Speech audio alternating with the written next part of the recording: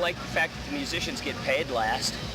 That's like, you know, the security guys and the caterers and the, you know, everybody else who puts on the shit, buck toilet guy, everybody gets paid before. If there's no money, the band gets it. You know, when we were just playing clubs, we'd be the last people they pay. You know, people would show up to the show. If there was no money left over, tough. You know, and you know that doesn't seem quite fair. You know, everybody gets their piece of the pie. But you know, if you did a show that was unsuccessful and somebody wasn't going to get paid, well, why shouldn't it be you know, the promoter or the security guys? I mean, it's like they always stiff the bands. They think that we'd like to do this because it's like, it's fun, and it is, but it's like, since the security guy didn't have any fun, we got to pay him or something. I don't know.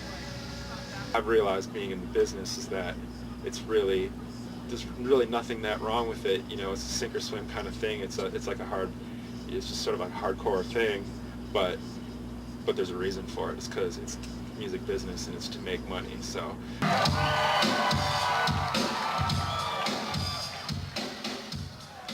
If you guys could change anything about the music industry in the 90s, what would be some of the things that you would do different? God, the list is endless. The list, yeah, God. I don't know, I just think some of the way it's become like a lot of these major conglomerates have bought up all the small independent labels, yeah. And I don't think they're really that attuned to what the kids are into. You know? Yeah. So like the thing is nowadays it's sort of like you do an album or a single or whatever, if it doesn't sell, they drop you. Yeah. So like, whereas like, when we first started, it was like a case, you got a 4-year contract, right. And like, it actually built the band, but nowadays it's a case, it doesn't happen straight away. Right, Finish. Sorry son, you gotta go. On your bike. Which is a bit of a drag.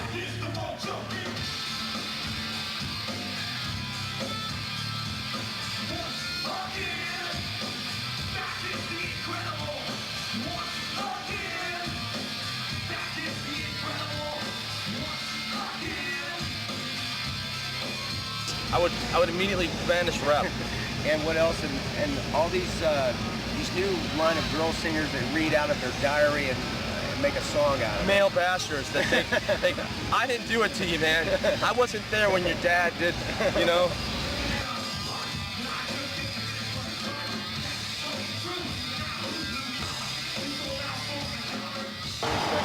I'd outlaw festivals such as this. I would enforce strict rules as far as like what you can and can't say.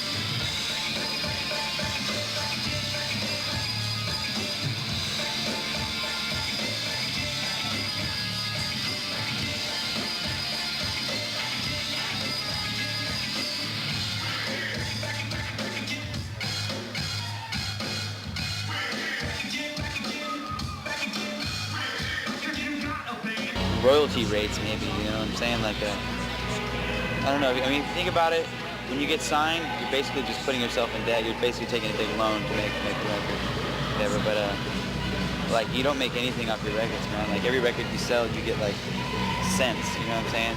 On the dollars that the record company makes, which I guess in their favor it's really good, but in the musician's favor it's like, it's just so much harder you have to work to sell, you know, so many more records you have to sell than if you were to put your own record out and you would have, you know, you knew the right way to promote it and you know, you had money, your own funds to go tour on and do whatever, you'd make so much money, you know what I'm saying? If we owned all our records right now, we'd be millionaires, but we don't, so.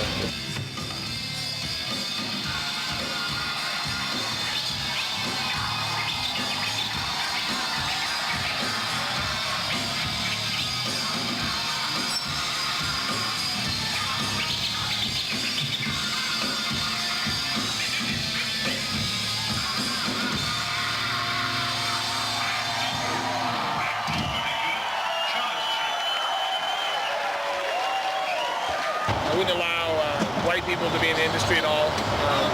It's a long and complicated answer, but in a nutshell, I would just shift the balance of power in favor of the bands a little more.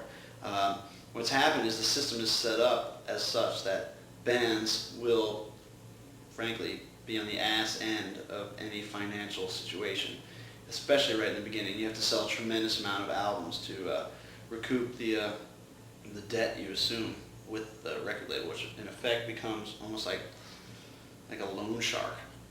Granted, they're doing a lot of work and it costs them a tremendous operating cost to be up and running, but I think it's a little slanted in the favor of the record label. In particular, when you see just tremendous amounts of like expense accounts and corporate dinners and people taking out program directors of radio stations out in limousines, and you're paying for that on the back end, and it doesn't feel very good. You got to really put the money into the band's equipment, transportation, resources, and just in general, just take care of the bands better. I'd like to see more diversity, basically, and more spread of power. And the only reason for that is so that different styles of music will get played, and you'll have differing opinions and stations that don't agree with each other and play different things. And wow, what a concept, huh? Radio station. It would be weird. That's what should happen. But it's very political, so. You online? It won't change. A lot of people think when you get signed, that's it. You're like, you made it. And when you get signed, it's like you have to start all over again. Making a 7-day work week.